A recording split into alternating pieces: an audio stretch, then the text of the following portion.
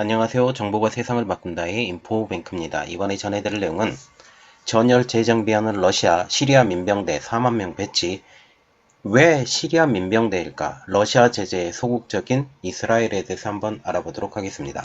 여러분의 구독, 좋아요 한 번씩 눌러주시고 이야기를 시작을 해보도록 하겠습니다. 지금 러시아와 지금 우크라이나 간 전쟁이 거의 끝을 가고 있는 것 같아요. 특히 마리우폴에 대해서 공격이 심해져 가고 있는 상황. 특히 마리우폴 같은 경우는 돈바스 지역과 지금 크림반도를 연결하는 그 고속도로를 딱 중간에 놓고 있는 이곳이기 때문에 마리우폴을 반드시 점령을 해야 되는 러시아의 당면 과제가 있어요. 이것 때문에 마리우폴에 대해서 공격을 시작을 했고 거의 점령을 할 것 같아요. 시간이 지나면 점령이 되지만 예상보다 많이 늦어졌다 라고 보시고 그리고 지금 다시 러시아는 많은 손해를 받고 많은 손해를 보고 난 다음에 재정비를 하는데 이제 시리아 민병대를 가지고 재정비를 한다라는 그런 내용입니다. 이야기를 시작을 해볼게요. 러시아가 시리아 민병대까지 지금 고용을 하죠. 이렇게 시리아 민병대까지 고용을 하는 것은 우크라이나의 완강한 저항으로 인해서 막대한 인적 손실을 얻었어요. 그리고 러시아 내에서의 군대가 더 이상 공급되기 어려운 상황까지 오고 있다라는 것을 막 알고 있죠. 그러면서 이 인적 손실을 메우기 위해서 지금 시리아 민병대까지 지금 모으는 중이죠. 특별히 지금 중동의 용병까지 모으고 있고 여기에 실전 경험도 없는 자국의 사관 생도들까지 이 전쟁에 착출하고 있는 상황입니다. 지금 러시아군이 많은 지도자들이 우크라이나군의 강력한 저항으로 인해서 많은 사람들이 죽어가고 있어요. 죽어가고 있기 때문에 이 전쟁을 움직일 수 있는 소위나 아니면 중위 이런 사람들이 꼭 필요한데 이제 많이 죽어버리니까 자국의 사관생도까지 착출할 수밖에 없는 상황이 되는 거죠. 특별히 러시아는 이번 전쟁터와 한참 떨어져 있는 동부 군관국, 다시 말하면 캄차카 반도 있는데 일본과 거의 맞닿아 있는 이곳이 동부 군관구예요. 동부 군관구 그리고 태평양 함대, 태평양 함대라는 것은 지금 태평양을 돌아다니고 함대이고 그리고 아르메니아 등의 병력을 다시 끌어올려서 우크라이나에 재배치하고 있다는 사실이죠. 러시아가 지금 사관생도까지 이 전쟁터에 끌어모으려고 하는 가장 큰 이유는 지금 전쟁에 대해서 이끌 사람들이 점점 부족하다는 사태를 보고 있다는 거죠. 우크라이나군 총참모부도 현재 러시아군 자체가 탄약 보급에도 어려움을 겪고 있다. 다시 말하면 후방에서 물자가 와야 되는데 물자를 딱 끊어버리는 현상까지 지금 벌어지고 있기 때문에 지금 전세 자체가 지금 우크라이나에 점점 더 좋아지는 형태를 보여주고 있다는 거죠. 우크라이나 전에 투입된 부대가 약 40%나 손실되었다고 지금 설명을 하면서 민간 군사 회사나 시리아 등과 같은 용병도 활용할 것으로 내다보고 있습니다. 자, 그래서 일단 우리가 봐야 될 내용은 전열을 재정비하는 러시아, 시리아 민병대 4만 명 배치입니다. 아직 4만 명이 다 오진 않았어요. 4만 명이 다 오진 않았지만 지금 순차적으로 지금 시리아 민병대가 오고 있다는 사실이죠. 러시아가 우크라이나의 전쟁에 참여할 4만 명 이상의 시리아 민병대를 배치해서 전열을 갖추고 있다고 시리아 인권관측소가 15일 날 밝혔습니다. 가디언 등 외신에 따르면 지금 시리아 인권관측소는 시리아 민병대가 전선까지는 아직 도달하진 않았지만 400여 명이 우크라이나 국경과 근접한 러시아 군부대에서 훈련을 받고 있다고 전하고 있죠. 지금 시리아 인권관측소에 따르면 지금까지 시리아인 4만 명 이상이 지금 이번에 민병대에 지원했다라고 하면서 이들은 자원봉사자가 아니고 급여를 받는 그리고 특권을 받는 조건으로 신청했다라고 알려지고 있다라고 말하고 있습니다. 지금 SOHR에 따르면 용병 모집은 다마스쿠스, 알레포에서 이루어지고 있으며 러시아군 시스템에 수년간 가담해온 다양한 시리아 정부 조직들을 통해서 진행되고 있다라고 알려지고 있죠. 러시아군은 시리아 내전에서 아사드 정권 편에 서서 수년간 반군과 싸워온 적이 있습니다. 즉 시리아 정부가 이번에는 조직적으로 러시아에 사람을 모아서 군대로 보낸다라는 거죠. 이미 시리아와 같은 경우는 많은 내전 경험이 있기 때문에 상당한 수준에 도달한 것으로 알려지고 있어요. 지금 SOHR의 보고에 따르면 올렉시 아레스토비치 우크라이나 대통령 비서실장이 러시아가 시베리아 용병들을 데려올 수도 있다라고 말한 것과 일치를 한다라는 내용이죠. 특별히 시리아와 같은 경우는 그 이스라엘과 대척점에 있는 나라죠. 그래서 이 이스라엘과 대척점에 있는 시리아에서 왜 2만 명이나 아니 4만 명이죠. 지금 4만 명이 나오는데 이 숫자가 지금 어마어마하거든요. 이 어마어마한 숫자가 어떻게 오게 되는지 한번 우리가 생각을 해봐야 된다는 거죠. 아레스토비치 비서실장도 이날 언론을 통해서 5월에 평화협정을 맺어야 한다라고 언급하면서 다만 러시아가 한 달간 훈련 후 새로운 징집병을 보낼 수도 있다라고 우려를 하고 있습니다. 그래서 지금 전쟁과 같은 경우는 4월 말까지가 거의 데드라인 같은 이야기가 지금 나오고 있죠. 시리아와 같은 경우는 러시아와 오랜 동맹관계를 맺고 있는 나라죠. 시리아 현지 매체에 따르면 러시아는 우크라이나에 가서 6개월간 러시아군 소속으로 활동할 전투원을 모집하면서 200달러, 한국 돈으로 약 24만원에서 300달러, 한국 돈으로 약 36만원의 급여를 제시했다라는 것입니다. 다만 이 해당 액수가 하루에 200달러인지 아니면 한 주에 200달러인지 아니면 또한 전체 파견 기간의 급여인지에 대해서는 알려지지 않은 상황이에요.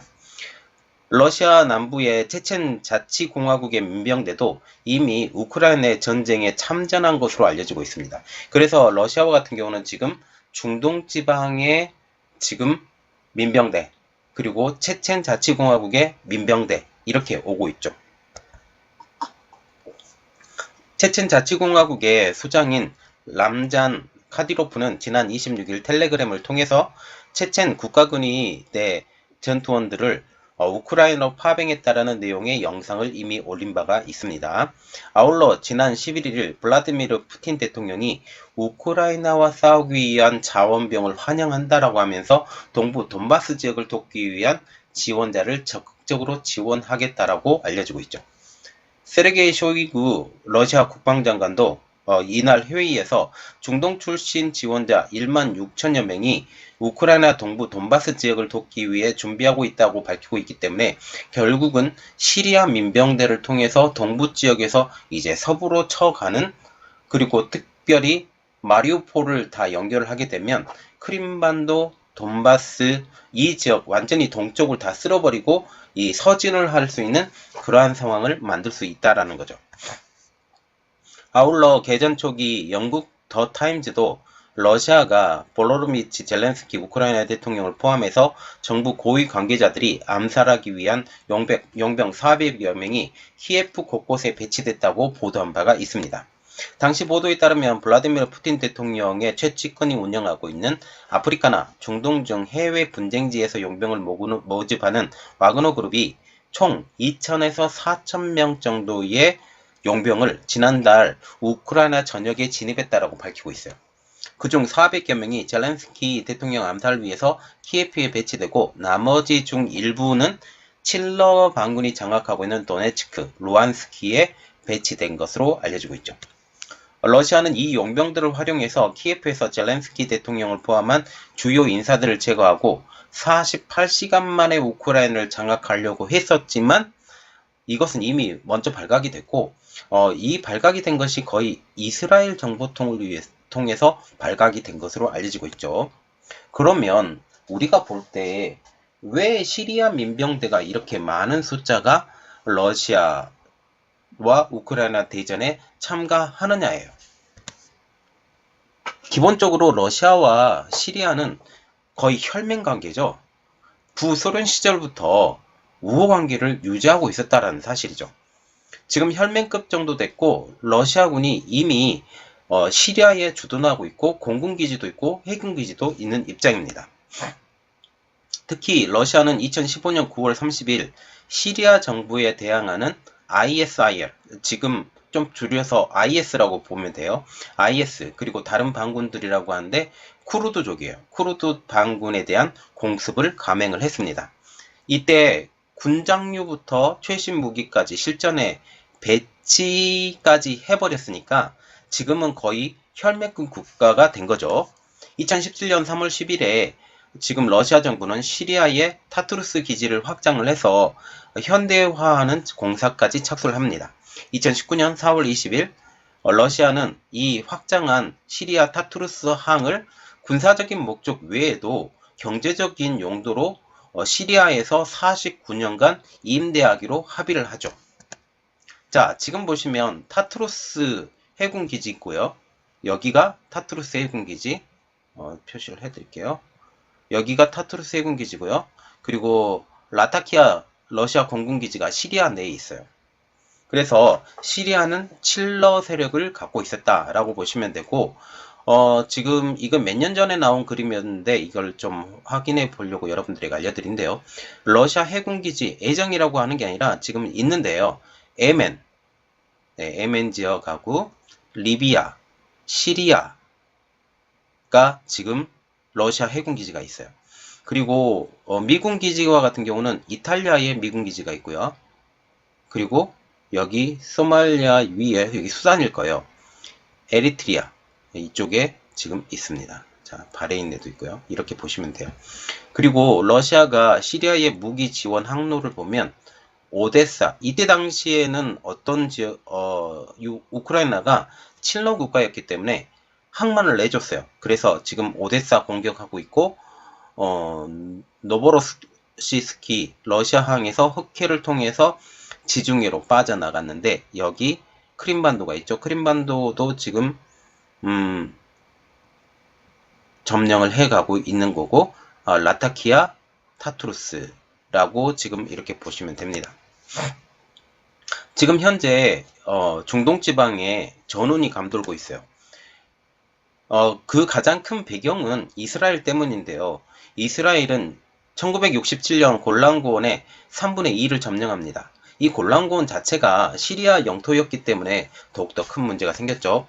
이곳은 시리아 고원으로다도 불리고 국제법상으로는 시리아의 영토, 그리고 이스라엘이 골란고원의 3분의 1을 점령하고 있는 곳이 이 골란고원입니다. 국제사회 대부분은 이스라엘의 골란고원 점령을 불법 점령으로 보고는 있지만 암묵적으로는 인정해주고 있는 분위기예요. 골란고원 같은 경우는 이스라엘의 군사적 요충지, 그리고 이스라엘 물 공급의 15%를 차지하고 있기 때문에 이스라엘 입장으로서는 절대 포기할 수 없는 것이죠. 자, 지금 보시면 골란고원이라고 지금 적어져 있고요. 자, 지금 보시면 여기가 골란고원이에요. 골란 하이츠라고 지금 되어 있죠. 이스라엘과 이 시리아 딱 중간 사이에 있는 고원 지방입니다. 높이가 좀 더 높아요. 여기가 헐몬산이 있고요. 자, 그래서 이 물줄기를 딱 잡고 있기 때문에 절대로 포기를 못하는 지역으로 보시면 됩니다. 지금 그래서 문제가 뭐냐면 골란고원 때문에 물론 그 이스라엘 입장으로서도 되게 중요한 요충지이기도 하지만 지금 현재 시리아 지방도 시리아도 이 골란고원을 뺏긴 것에 대해서 되게 싫어해요. 물론 트럼프 대통령이 여기 가서 이스라엘 땅이다 라고 이스라엘 주권을 인정할 때가 됐다 라고 2019년도에 가서 이야기를 했었지만, 그래서 2019년도 지금 트럼프 행정부 때 국무부 보고서에서 이스라엘 점령에서 이스라엘 관할로 변경을 해버립니다. 그래서 이 주권 자체를 이스라엘을 인정을 해주는 것이 돼버린 거죠. 그리고 1981년도에 이스라엘이 골란고원법을 통해서 자국 영토로 강제 편입을 시켰어요. 4차 산업 중동 전쟁, 그래서 이스라엘군이 완전 점령을 했었지만 3분의 1을 유엔군이 지금 하고 있는 중간 탄력 지역으로 지금 하고 있고, 그래서 이 미국과 같은 경우는 트럼프가 이스라엘은 정말 되길 원했었던 그런 상황으로 보시면 됩니다. 이게 그 트럼프가 포고문을 냈던 것, 그리고 이스라엘 주권을 인정하는 포고문, 골란구원에 대한 포고문을 2019년 3월 26일 당시에 사인을 딱 했다라는 내용이죠. 지금 보시면 이번에 사태를 통해서 이스라엘의 그 포지션을 우리가 봐야 돼요. 특별히 이스라엘 같은 경우는 이번 전쟁에 대해서 누구 편도 들지 않고 있어요. 우리가 보기에는 젤렌스키 대통령이 유태인이기 때문에 이 유태인인 젤렌스키 대통령에 대해서 강력한 지지를 할 것처럼 보이지만 실질적으로 이 젤렌스키 대통령의 힘을 실어주지 않는 입장이고 러시아 제재에 지금 소극적이라는 사실이죠. 이스라엘이 우크라이나를 침공한 그 러시아에 대한 서방의 제재에 동참하기 위한 준비를 하지 않는다라고 일간지인 타임스 오브 이스라엘이 16일 날 보도를 할 정도입니다. 익명을 요구한 이스라엘 고위 관리는 이 신문에 이스라엘은 현재 러시아와 러시아 신흥재벌인 올리가르히에 대한 제재를 준비하고 있지 않다라고 공식적으로 발표가 된 거죠. 이스라엘은 서방의 대러시아 제재 동창 압박에도 그동안 뚜렷한 입장을 보이지 않는 상황이에요. 이에 로만 아브라모비치, 첼시의 지금 구단주이죠.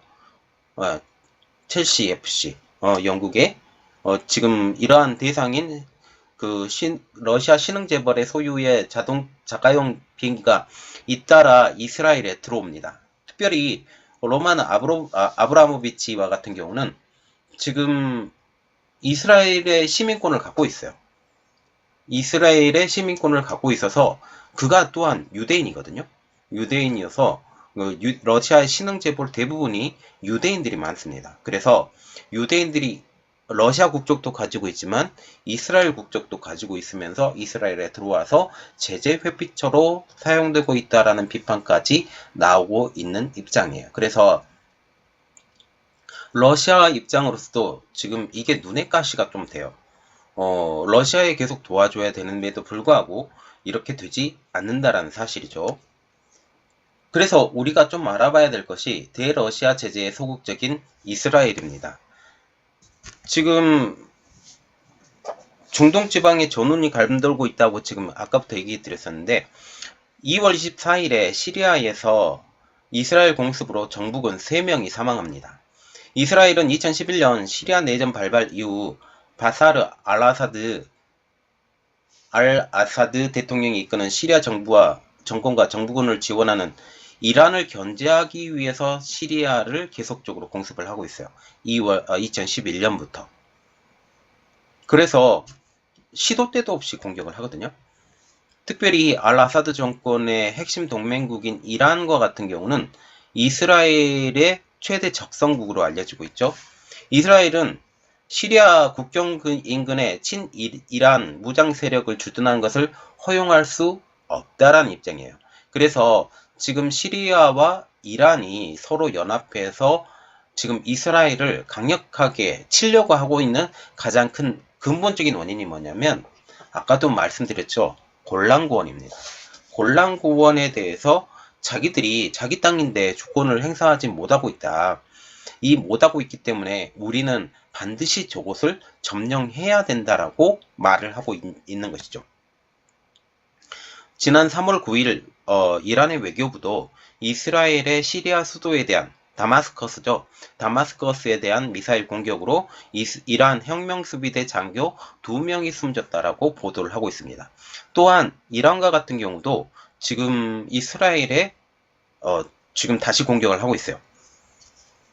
그래서 이란의 정예군인 혁명수비대가 지난 13일 이라크 북부 쿠르드 자치지역의 에르빌에 있는 이스라엘 전략시설을 미사일로 공격했다라고 주장을 하고 있죠. 그래서 지금 이란, 시리아 이렇게 맞붙고 이란과 시리아가 이스라엘과 지금 맞붙고 있는 상황이라고 보시면 되고 지금 보시면 핵 확산 금지 협약을 이란과 얘기가 잘 돼가고 있다라고 했는데 지난 13일 날 지금 미사일 공격을 통해서 다시 얘기가 깨지고 있는 상황까지 벌어지고 있는 상황이죠.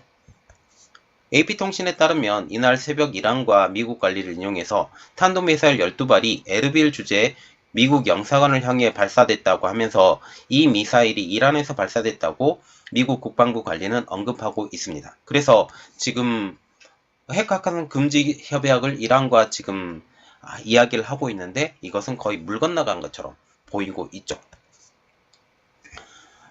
지금 미국 영사관에 대해서 발사가 됐는데 AP통신은 이 영사관이 현재 비어있다라고 보도를 하고 있죠.